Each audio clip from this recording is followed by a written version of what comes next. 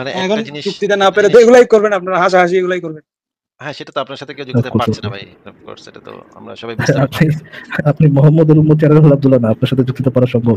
Impossible এটা task. কি একটা অসম্ভব কথা বললেন ভাই। এটা তো আমি হাইসা ফেললাম এই কথা শুনে। যে এটা কিভাবে সম্ভব? লুচ্চা নবী মোহাম্মদের উম্মতের সাথে আবার পারা সম্ভব কিভাবে? ঠিক আছে, আমরা তাহলে আরেকটা হাদিসও দেখি এখানে। আরো কয়েকটা অনেক হাদিস আছে আমার কাছে। মানে কোনটা যে দেখাবো, কোনটা যে মানে এত শত, শত হাদিস আছে, এত শত, শত কোরআনের আয়াত আছে, এত শত, শত জিনিসপত্র আছে। এটা দেখায়ও তো শেষ কইরা করতে পারব না। আচ্ছা, উনি যেটা বলছিলেন যে আ এইবার আমরা একটা জিনিস দেখি যে আ আব্দুল্লাহ ভাই, আপনি কি স্ক্রিনটা দেখতে পাচ্ছেন? আব্দুল্লাহ ভাই, স্ক্রিনটা দেখতে পাচ্ছেন? হ্যাঁ, দেখতে পাচ্ছি। আচ্ছা, তাহলে আমরা এখন একটু পড়বো। দেখেন। আ একটা এইটা হচ্ছে সহিহ মুসলিমের এই যে যেই হাদিসটার ব্যাখ্যা পড়ছিলাম এতক্ষণ। এখন সেই হাদিসটা পড়বো। ওই যে আপনাকে একটু আগে হাদিসের ব্যাখ্যাটা দেখাইছিলাম। এবার হাদিসটা পড়ি। এইটা একদম সরাসরি বই থেকে একটু ৩৩ তম অধ্যায় কিতাবুল জিহাদ ওয়াস সিয়ার। এইখানে কি লেখা অনুচ্ছেদ ১ এ কি লেখা একটু জোরে, জোরে পড়ে শোনান ভাই। যে কাফিরদের কাছে ইসলামের দাওয়াত পৌঁছেছে তাদের উপর অতর্কিত আক্রমণ করা বৈধ। আচ্ছা, এটার মানে কি ভাই? অতর্কিত আক্রমণ জিনিসটা কি বুঝলাম না তো। আপনার সাথে আমরা তো নাস্তিক, এজন্য বুঝি না শব্দ, বুঝছেন? একটু যদি আপনি এত জ্ঞানী মুমিন, আ মানে নবীর উম্মত, যেহেতু অনেক জ্ঞানী বোঝাই যাচ্ছে। আপনি যদি একটু আমাদেরকে বুঝাই দিতেন অতর্কিত আক্রমণ জিনিসটা কি ভাই? এটা কেমনে করে? অতর্কিত আক্রমণ বুঝেন না? হ্যাঁ ভাই?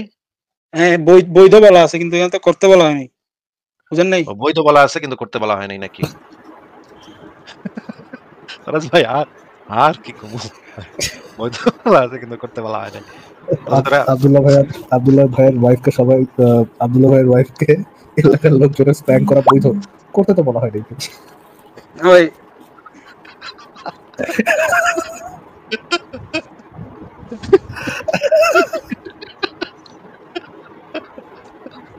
আরে, আরে মুমিন রে, আরে মুমিন।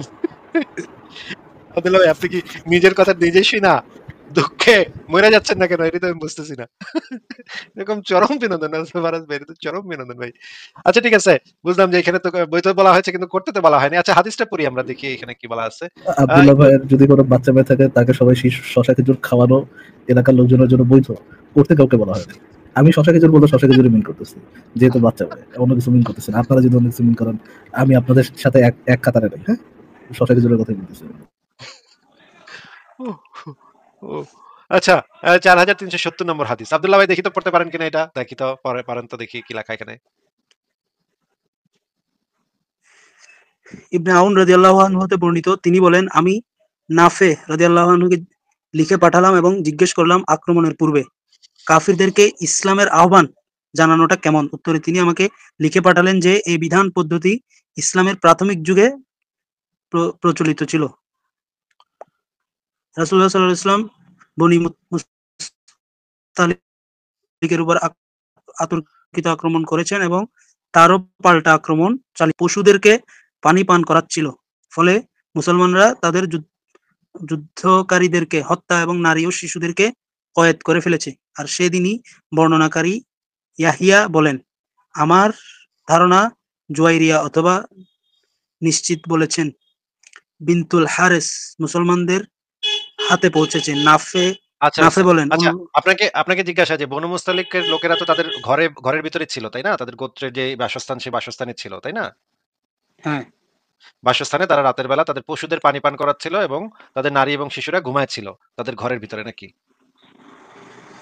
হ্যাঁ, হ্যাঁ, এবং রাসূলুল্লাহ তখন কি করলো? অতর্কিত আক্রমণ করলো। এখন অতর্কিত আক্রমণ করছে, তখন তো তারা কি করবো? তারাও কিছুটা প্রোটেস্ট করার চেষ্টা করছে, কিন্তু তারা আর কি পারে নাই। মোহাম্মদ যেহেতু রাতের বেলা হুট করে গিয়ে আক্রমণ করে ফেলছে, ওরা তো প্রস্তুতি ছিল না।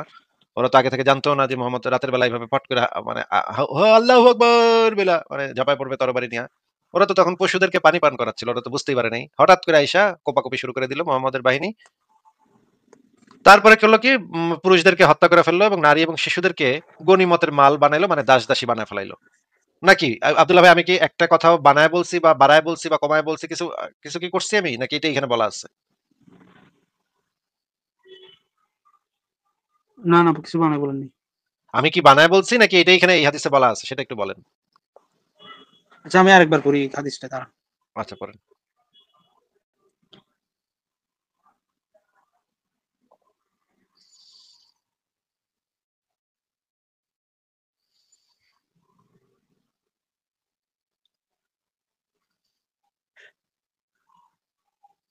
পড়ছেন ভাই?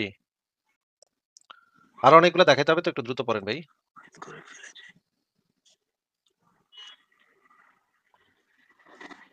হইছে? দাঁড়ান। কি করতেছেন ভাই আপনি? হ্যাঁ পড়ছি পড়ছি। আচ্ছা ঠিক এখানে আছে, তো বলা মাশাআল্লাহ, এখানে মাশাআল্লাহ, মাশাআল্লাহ, খুবই ভালো হইছে, খুব ভালো পড়ছেন। এইবার এই হাদিসটা, আচ্ছা এই হাদিসটা পড়লেও হবে, না পড়লেও হবে। আচ্ছা, এবার আমরা দেখি যে এবার আমরা দেখি যে এই হাদিসটা একটু পড়েন তো ভাই। একটু কষ্ট করে পড়েন তো। আব্দুল্লাহ ভাই জোরে পড়েন, এই যে ওই যে পরিচ্ছদ থেকে পরিচ্ছদ নয় এখান থেকে পড়বেন, হ্যাঁ? পড়েন। রাতের আকস্মিক হামলায় অনিচ্ছাকৃতভাবে নারী ও শিশু হত্যায় দোষ নেই। আচ্ছা। মানে নারী এবং শিশুরা তো আর যুদ্ধক্ষেত্রে আসে না। তারা তো, তার মানে তো তারা ঘরের ভিতরেই ছিল নাকি? এখানে তো বলা হয়েছে যে অনিচ্ছাকৃতভাবে, ইচ্ছা করে তো হত্যা করতে আরে বলা সেটা হয়নি। তো আমি জিজ্ঞেস করি নাই তো, এখানে সেটা তো জিজ্ঞেস বলাই করি আছে নাই। যে অনিচ্ছাকৃত। আরে সেটা জিজ্ঞেস করি নাই তো রে বেটা। আমি জিজ্ঞেস করছি যে নারী এবং শিশুরা তো আর যুদ্ধক্ষেত্রে মারামারি করতে আসে না, তাই না? না। নারী এবং শিশুরা কই থাকে? তাদের ঘরের ভিতরে থাকে, তাই না? হ্যাঁ হ্যাঁ তাহলে এখানে যে রাতের আকস্মিক হামলায়, এই হামলা মানে কি ভাই?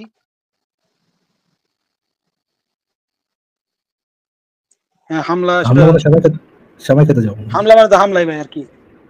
ও মানে এখানে হামলা হামলাটা কারা শব্দটা কি আমি করতেছে? ব্যাখ্যা করতে পারি। হামলাটা কারা করতেছে? হ্যাঁ কাফেররা ওই নারী শিশুরা হামলা করতেছে নাকি মুহাম্মদের বাহিনী হামলা করতেছে? ওই নারী শিশুরাই হ্যাঁ নিশ্চয়ই ভাই, মুহাম্মদের উপর হামলা করতেছে। দুনো দিক থেকে হামলা হচ্ছিল। ও দোনো দিক থেকে হামলা। নারী শিশুরা মুহাম্মদের উপরে, নারী শিশুরা হামলা করে নাই, কিন্তু তাদেরকে ইচ্ছাকৃতভাবে মারতেও বলা হয় নাই।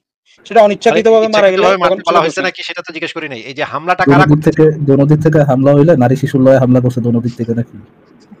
নারী শিশুরাই হামলা করছে মুহাম্মদের দেখা আমরা ভালো আমরা লাগছে। দুই পক্ষ ধরেন, দুই পাশে দুইটা গোত্র আছে, হ্যাঁ, দুইটা গোত্র দোনো দিক থেকে গেছে, কি করতে গেছে, দোনো দিক থেকেই হামলা করতে গেছে। তো হামলা করার আগে দুইজন দোনো দিক থেকে বুদ্ধি করে প্ল্যান করছে। তো আমরা যেহেতু দোনো দিক থেকেই যাইতাছি হামলা করতে, তাইলে ভাই এটা কাজ করি, বগলতলায় আমাকে নারী শিশুটা লয়া যাই। হ্যাঁ, যেহেতু হামলা করতেই হবে, তো নারী শিশু না বললে তো মানে শান্তি হচ্ছে না আমাদের।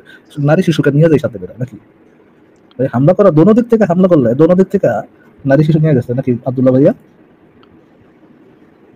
নারী শিশুরা দোনো তো দিক থেকে হামলা করে নাই। না, নারী শিশুরা ওরা তো হামলা করে নাই।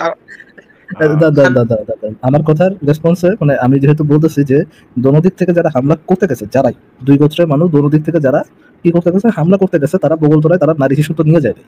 এরা এই কথার রেসপন্সে মুমিনার উত্তর হচ্ছে গিয়া নারী শিশু তো হামলা করতে যায় নাই। ও, আমি কি নারী শিশুরা হামলা করতে গেছে কি যায় নাই সেটা কথা বলছি নাকি ভাই নারী শিশুদের নিয়ে যাওয়ার কথা? নারী শিশু যদি না যায় হামলা করতে, ভাই বুদ্ধি ব্রেনটা একটু খাটান। নারী শিশু যদি হামলা করতে নাই যায়, তাহলে নারী শিশু মারা যাবে কেন একটু বলুন তো আব্দুল্লাহ ভাই? অ্যাক্সিডেন্টলি তাদের উপরও পড়তে পারে ওই হামলার প্রভাবটা, তখন যদি মারা আপনি যায় হামলা ওটা করতে পারলে অনিচ্ছাকৃত। ধরেন আব্দুল্লাহ, ধরেন আপনার গ্রামের নাম কি আব্দুল্লাহ ভাইয়া? হ্যাঁ, চট্টগ্রামে আমি থাকি। চট্টগ্রাম, ধরুন চট্টগ্রামের কোন একটা গ্রামে আপনি থাকেন, পাশের গ্রামের মধ্যে আপনাদের দুই গ্রামের থেকে ঝামেলা হচ্ছে, হ্যাঁ। তো এখন দুই হ্যাঁ হ্যাঁ গ্রামের লোক করছে কি, দুই গ্রামের লোক এক গ্রামের লোকজন আরেক গ্রামে কি করবে, আক্রমণ করবে, দুই গ্রামই আক্রমণ করবে। আর আক্রমণ করতে যাওয়ার সময় তারা কি নারী শিশুকে নিয়ে যাবে নাকি নারী শিশুকে বাসায় রেখে তারপর আক্রমণ করতে যাবে, কোনটা? বাসায় রেখে আক্রমণ করবে। বাসায় রেখে আক্রমণ করতে যাবে। যদি নারী শিশু মারা যায়, তার মানে কি তারা কেউ বাসায় আক্রমণ করছে, বাসায় এসে আক্রমণ করছে নাকি বাসায় যে আক্রমণ করে নাই, কোনটা কি হচ্ছে? বাসায় হইতে পারে, কোনো ময়দানেও হইতে পারে, সেটা তো স্পেসিফিক কিছু বলা যাচ্ছে না। যুদ্ধ তো যে কোনো জায়গায় হইতে পারে, বুঝলেন?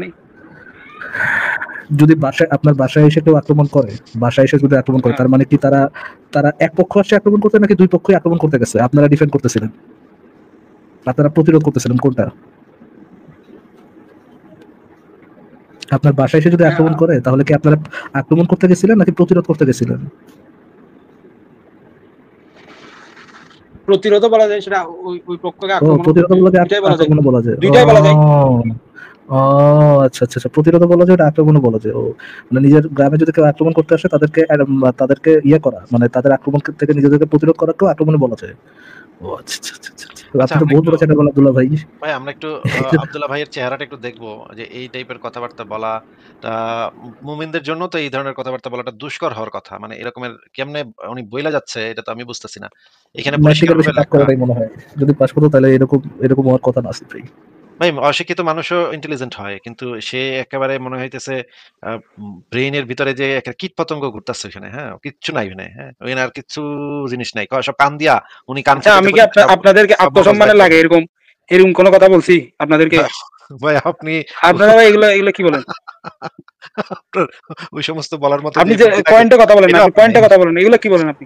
ওই সমস্ত বলার জন্য যে ক্যাটাগরি বুদ্ধিটুকু লাগে আব্দুল্লাহ সেটাও ভাই, আপনার নাই। আপনি আমাদের আত্মসম্মানে লাগে এমন কথা বললেও আমাদের কাছে ওই কথাটা ওঠলেস, আমাদের কাছে ওই কথাটা কোনো কিছু গায়ে লাগবে না। কারণ ভাই আপনার মতো চ্যাটারবেল আব্দুল্লাহ আমাদের সম্পর্কে কি চিন্তা করুক না করুক ওটা নিয়ে আমার কনসার্ন না, হ্যাঁ? বাট ভাইয়া, চ্যাটারবেল আব্দুল্লাহ ভাইয়া, আপনি যেই যুক্তিগুলো দিতেছেন, যুক্তির নামে যে আপনি আপনার গ্রামে কেউ আক্রমণ করতে আসছে, আপনি তাদেরকে থামাইতে গেছেন, আটকাইতে গেছেন, আপনি আপনার গ্রামের লোকদেরকে বাঁচাইতে গেছেন, এইটারেও যে আক্রমণ বলে, হ্যাঁ? এই যে বহু মজার মজার জ্ঞান দিতেছেন, যে এর আগেও যে যে কথাগুলো বলছেন যে ভাই অনুমতি দেওয়া হয়েছে কিন্তু ভাই করতে বলা তো হয় নাই, যে জ্ঞানের কথাগুলো বলতেছেন ভাইয়া, আপনার মতো বুদ্ধিমানের থেকে আমাদের খেয়াল লাগুক এমন কোনো কথা, এটা বললেও কোনো আব্দুল্লাহ যায় আসে না, না বললেও কোনো কি আসে না, কোনো আব্দুল্লাহ যায় আসে না।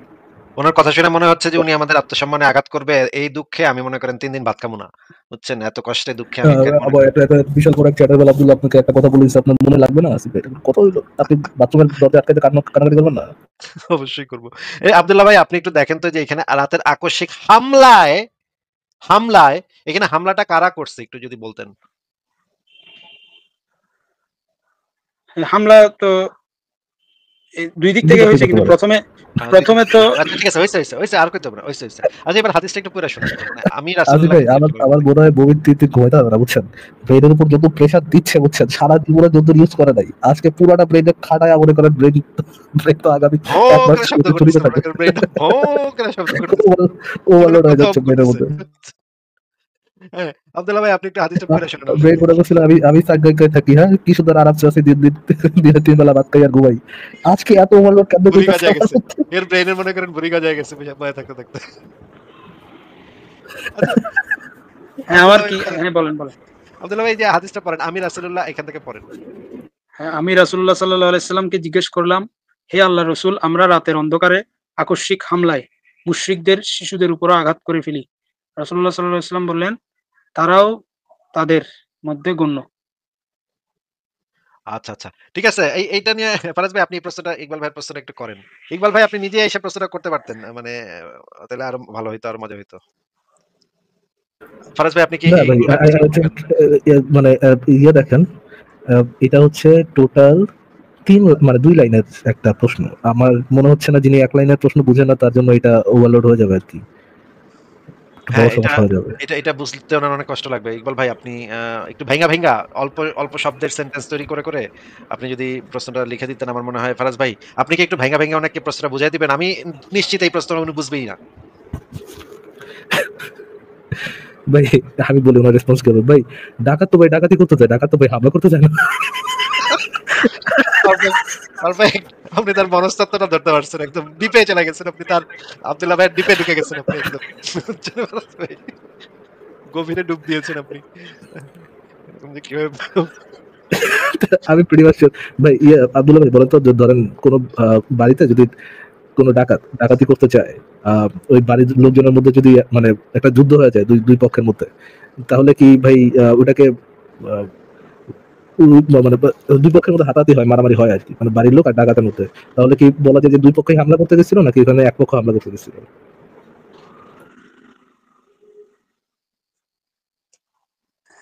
হ্যাঁ, এক পক্ষই গেছিল। এক পক্ষই হামলা করতে গেছিল। ও শিট, আসিফ ভাই, এ আসিফ ভাই ফাইনালি ব্রেন ইউজ হয়েছে আসিফ ভাই। মুখের থেকে দিয়ে দেন। আচ্ছা ভাই, ছেড়ে দাও। কথা পয়েন্টে না কথা না বলেন না না, ভাই, এগুলো এখানে কি? এখানে আবার এখানে আবার কথা আছে ভাই। বেরিয়ে ভাই। ওটার মধ্যে আবার ইসলাম টিসলাম তো নাই, এই প্রশ্নের মধ্যে ইসলাম টিসলাম তো নাই, এই জন্য ব্রেন ইউজ হইতে পারছে। ওখানে যদি বলতে চাই যে জিহাদ করতে গেছে বাড়ির মধ্যে, হ্যাঁ, ওটা দেখছি জিহাদ আর হামলা, ওটা তো আবার কি হয়, হ্যাঁ, যাই হোক, ঠিক আছে, মুভ অন করে আসবে, আপনি যদি কিছু একটা বলতে চান সেটা। ঠিক আছে আমি যেটা বলতে চাচ্ছি দেখা গেল আচ্ছা, একটু আরেকটা হাদিসও এখানে দেখাইতে হবে। এই হাদিসটা দেখাইছি একটু আগে। এই হাদিসটা এখন একটু দেখাই। আ আব্দুল্লাহ ভাই, এই হাদিসটা কি দেখা যাচ্ছে স্ক্রিনে? আনমিউট করে বলেন। হ্যাঁ, এবার আনমিউট করে বলেন। হ্যাঁ, বলেন, এবার বলেন। হ্যাঁ। আব্দুল্লাহ ভাই বলেন, এখানে কি লেখা? হাদিসে কি প্রথম লেখা থেকে পড়তে পারতেছেন? হ্যাঁ, হ্যাঁ, ওই যে দারুল কুফর থেকে পড়েন। দারুল কুফর দেশে কোনো গোত্রে আজানের ধ্বনি শোনা গেলে সেই গোত্রের উপর হামলা করা থেকে বিরত থাকা। আচ্ছা, এবার রাসূলুল্লাহ থেকে পড়েন। রাসূলুল্লাহ সাল্লাল্লাহু আলাইহি ওয়াসাল্লাম ভোরে শত্রুর বিরুদ্ধে আক্রমণ পরিচালনা করতেন। আজান শোনার অপেক্ষা করতেন। আজান শুনতে পেলে আক্রমণ করা থেকে বিরত থাকতেন। আজান আচ্ছা, শুনতে আচ্ছা। আচ্ছা, না পেলে আক্রমণ বুঝতে পারছি। করতেন। বুঝতে পারছি, ঠিক আছে। তো দেখা গেল যে মুহাম্মদ রাতের বেলা ঘুরতো, গোত্রে, গোত্রে ঘুরতো এবং যা শুনতো, কান পাইতা শুনতো যে কাদের এখান থেকে আজানের ধ্বনি আইতাছে, কি আইতাছে না। আজানের ধ্বনি হইলে, আজান-টাজান শোনা গেলে তখন আর ওদেরকে আক্রমণ করতো না। কিন্তু যদি আজান শোনা না যাইতো, তাইলে ভাই কি করতো? আব্দুল্লাহ ভাই? আক্রমণ করত। আচ্ছা, তাইলে আক্রমণ করতো এবং এই আক্রমণের রাতের বেলা যদি এখানে তো আক্রমণের লেখা আছে আক্রমণ ঘটে, করতেন। হ্যাঁ, সেটাই তো, আমিও তো সেটাই কইতেছি। এই রাতের অন্ধকারে আক্রমণে যদি আচ্ছা, এই মনে করেন অনুবাদ এই তারা ঘরে, অনুবাদটা কাদের করা? ওই যে উপরে দেয়া আছে ইসলামী ফা লেখা না, এটার মানে হইতেছে ইসলামিক ফাউন্ডেশন, সহিহ মুসলিম। আপনি চাইলে আরবিও বের করে দেখাতে পারি। আরবি যদি আপনি পড়তে পারেন, আরবি তো একই কথা লেখা। এবং যদি আপনি ইংরেজি পড়তে পারেন, তো ইংরেজিও বের করে দেখাতে পারি। আমার কাছে সবই আছে। আপনার যেটা চাই আরকি। আপনি বইলেন, খালি জায়গায় বসে আওয়াজ দিবেন, আমি বের করে দিব। অসুবিধা নেই। আপনাকে যেটা বলতেছি যে এই যে রাতের বেলা যে আক্রমণ করতো, ঝাঁপায় পড়তো মুহাম্মদের বাহিনী, তখন ঘরের ভিতরে নারী এবং শিশু থাকতো। তো রাতের অন্ধকারে তো এত কিছু দেখান যেত না। চা তরবারি দিয়ে, চাপাতি-চুপাতি দিয়ে কোপ-টোপ মারতো। এই কোপ-টোপে নারী এবং শিশুও মারা যাইত। তো এইটা নিয়ে আবার এক সাহাবী মুহাম্মদরে জিজ্ঞেস করছে যে, "নবী, আমরা তো এই রাতের বেলা ঝাঁপায় পড়ি। আল্লাহু আকবার বইলা ঝাঁপ দেই। অন্ধকারে তো কোপাকুপি শুরু করে দিই। এবং তখন দেখা যায় মহিলা এবং শিশুও মারা যায়।" একটু আগে সেই হাদিসটা দেখাইছি আপনাকে। তো ওই সময় মোহাম্মদ কইছে যে, "নারী এবং শিশু যদি তোমরা অন্ধকারে না বুইঝা মাইরা ফেলো তাইলে অসুবিধা নাই। ওটা ঠিক আছে, এটা চলবো। তোমরা অন্ধকারে যদি না দেইখা মারো তাইলে অসুবিধা নাই। তোমরা করো। তোমরা অন্ধকারে তো আক্রমণ তো করতেই হইব। তো করলে তো ২-৪ টা তো ২-১০ টা তো মরবই। এটা তো অসুবিধা কি? তোমরা আক্রমণ করবা, ভালোভাবে আক্রমণ করবা।" এটা বুঝায় দিছে নবী। আমি একটু আগে সেই হাদিসটা দেখাইছি আপনাকে। আপনি চাইলে আবারও বের করে দেখাইতে পারি। এইবার আমরা এই হাদিসটাও একটু পইড়া দেখি। এতগুলা যেহেতু হাদিস পড়লাম, তারপর আমরা কোরআনেও যাবো না, অসুবিধা নেই। আপনি এই হাদিসটা যদি একটু পড়ে শোনাইতেন ভাই। আবু হুরায়রা রাদিয়াল্লাহু সূত্রে বর্ণিত, তিনি বলেন, আমরা মসজিদে উপস্থিত ছিলাম। তখন রাসূলুল্লাহ সাল্লাল্লাহু আলাইহি ওয়াসাল্লাম আমাদের কাছে বেরিয়ে এসে বললেন, ইয়াহুদীদের এলাকায় চলো। আমরা তার সাথে বের হয়ে সেখানে গিয়ে পৌঁছালাম। রাসূলুল্লাহ সাল্লাল্লাহু আলাইহি ওয়াসাল্লাম দাঁড়িয়ে তাদেরকে ডেকে বললেন, হে ইয়াহুদী সম্প্রদায়, তোমরা ইসলাম কবুল করো, শান্তিতে থাকবে। তারা বলল, হে আবুল কাসিম, আপনি পৌঁছে দিয়েছেন। রাসূলুল্লাহ সাল্লাল্লাহু আলাইহি ওয়াসাল্লাম তাদেরকে আবার বললেন, তোমরা ইসলাম কবুল করো, নিরাপত্তা পাবে। তারা বলল, হে আবুল কাসিম, আপনি পৌঁছে দিয়েছেন। রাসূলুল্লাহ সাল্লাল্লাহু আলাইহি ওয়াসাল্লাম তাদেরকে বললেন, এ দাওয়াত পৌঁছে দেওয়াই আমার উদ্দেশ্য ছিল। তৃতীয়বারেও তিনি একই কথার পুনরাবৃত্তি করে বললেন, জেনে রাখো, এই ভূখণ্ডে মালিকানা আল্লাহ ও তার রাসূলের। আমি তোমাদের এই ভূখণ্ড হতে বিতাড়িত করতে চাই। সুতরাং তোমরা কোনো জিনিস বিক্রি করতে সক্ষম হলে বিক্রি করো, অন্যথায় জেনে রাখো এই ভূখণ্ডের মালিক আল্লাহ ও তার রাসূল। আচ্ছা, তার মানে আমরা বুঝলাম যে একদিন মুহাম্মদ মসজিদে বইসা ছিল। তারপরে তারা ইহুদীদের এলাকায় গেল। ইহুদীদের এলাকায় গিয়া বলল, "তোরা ইসলাম কবুল কর।" ওরা কইল, "না, আমরা করুম না।" মুহাম্মদ বলল, "তোরা ইসলাম কবুল কর, শান্তিতে থাকবি, নিরাপদে থাকবি, ভালো থাকবি।" ওরা কইল, "না, আমরা করুম না।" ৩ নাম্বার বারও একই কথা বলার পরে মুহাম্মদ বলল যে, "তোদের এই যে জায়গা জমি ভিটামাটি যেদি আছে না, তোরা যেখানে থাকস, তোদের ঘরবাড়ি, দোকানপাট, কৃষি কাজ করো, যে জমি জমা, বিষয় সম্পত্তি, সবটি হইল আমার এবং আল্লাহর। তোদেরকে আমি এই জায়গা থেকে খেদাইতে চাই।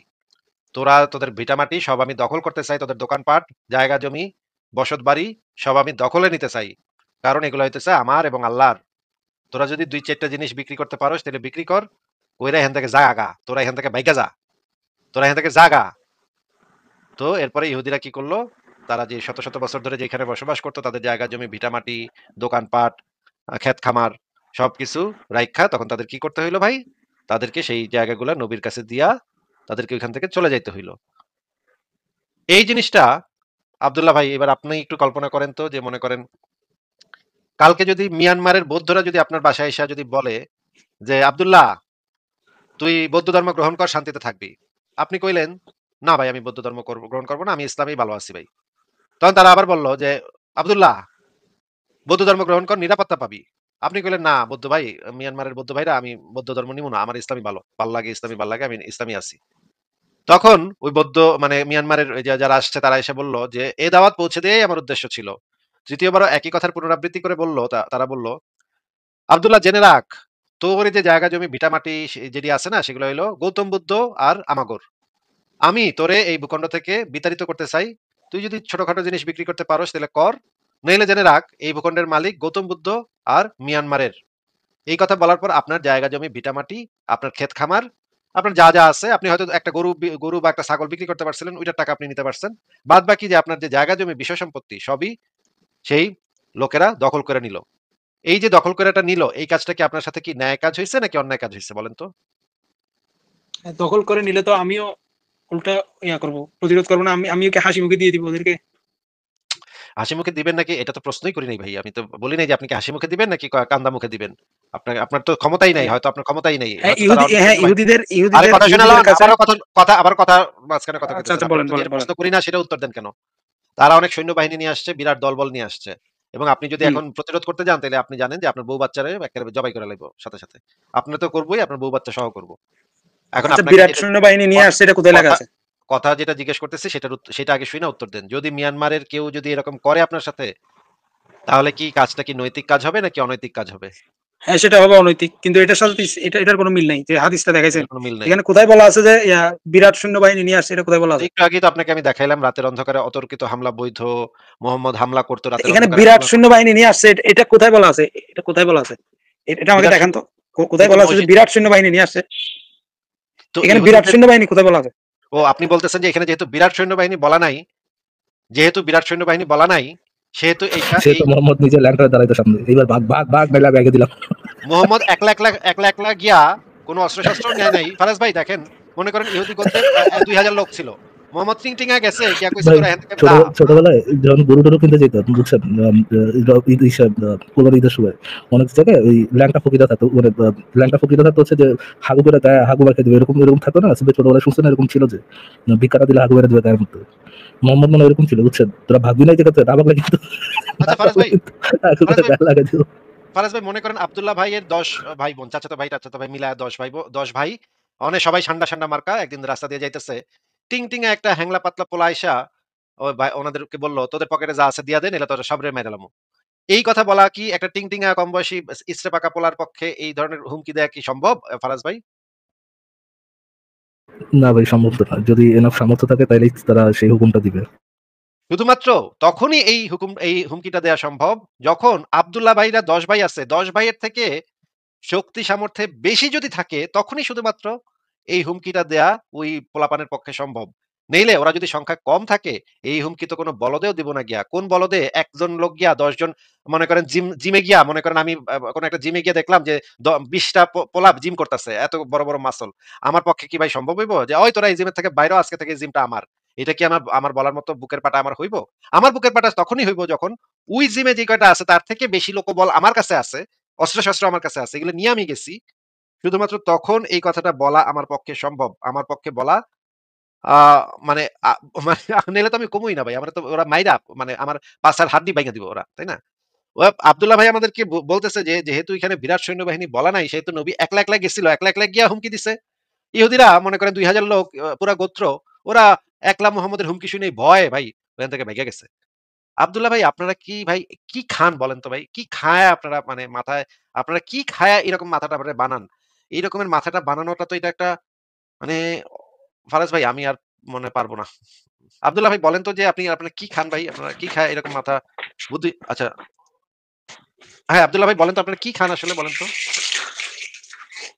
ভাই উল্টা পাল্টা কথা না শসা বলে খেজুর। পয়েন্টে কথা বলেন ভাই। না আপনারা কি খান, খায় এই বুদ্ধি বানাইছেন ভাই। এটা একটু টিপস দিবেন মাঝে লাইভ করে টিপস দিবেন মানুষরে। ভাই আপনার চেহারাটা একটু দেখি তো আব্দুল্লাহ ভাই, একটু ক্যামেরাটা অন করেন তো।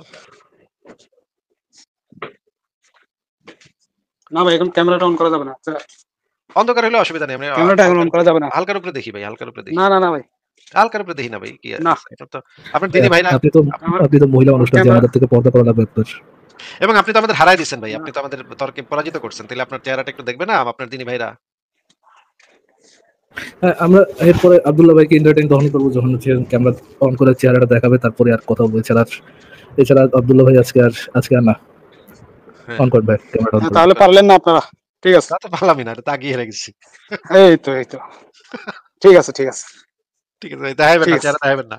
একটা এতক্ষণ হ্যাঁ, কথা বললাম ভাই, একটু কার্টেসি করে তো মানুষ চেহারাটা দেখায়, সৌজন্যতা করে তো মানুষ চেহারাটা দেখায়। ঠিক আছে। দেখেন আচ্ছা, ভাই, আরেকদিন দেখাবো। আজকে একটু সমস্যা আছে আমার। আচ্ছা আপনার কি দাঁড়িয়ে আরেকদিন আছে? দেখাবো। হুজুরের জন্য গাড়ি লিপস্টিক দিছেন আছে। নাকি ভাই? দাঁড়িয়ে আছে। আপনি কি কোনো হুজুর- মসজিদের ইমাম টিমাম নাকি বলেন তো?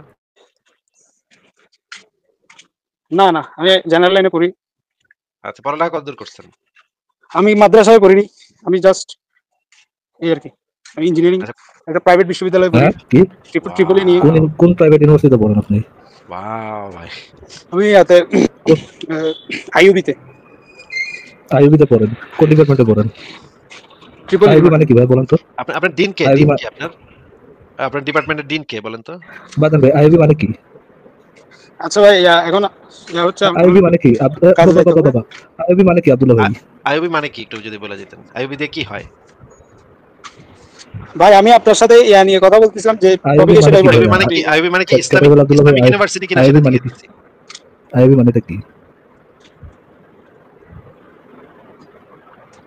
আচ্ছা ভাই, আমার এখন আব্দুল্লাহ যাইতে হবে।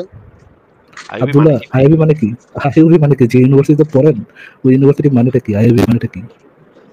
উনি কখনো দেখেন নাই, উপরে টানানো থাকে কিন্তু উনি কখনো উপরে তাকায় নাই ভাই, উনি দেখেন নাই এখানে আইওবি মানে কিটা কি উনি জানে না, তো বলবো কেমনে ফরাজ ভাই?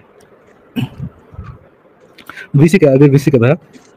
আচ্ছা ভাই, আমি আইইউবিতে না, ভুল বলছি, আমি পোর্ট সিটিতে পড়ি। কিসে পড়েন? পোর্ট সিটি মিথ্যা কথা বলবেন কেন? International university.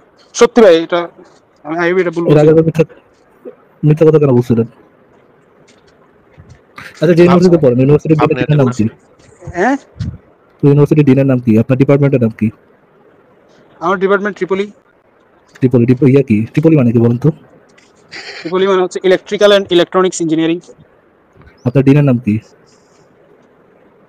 আমার ডিনের নাম হচ্ছে নুরুল আনোয়ার। আচ্ছা, ইউনিভার্সিটির নামটা আবার যে কোনো একটা লজিক বলেন। গেট আমাদেরকে এক্সপ্লেইন করতে পারবেন? লজিক গেট আছে অনেক, OR gate, and gate, NAND gate. Explain করতে পারবেন নাকি একটা লজিক গেট আইকা আমাদেরকে এক্সপ্লেইন করতে পারবেন? লজিক গেট কোন একটা লজিক গেটের নাম বলেন। যে কোনোটা আপনি বলেন আপনার একটা। ইচ্ছা মতো, আপনার ইচ্ছা মতো।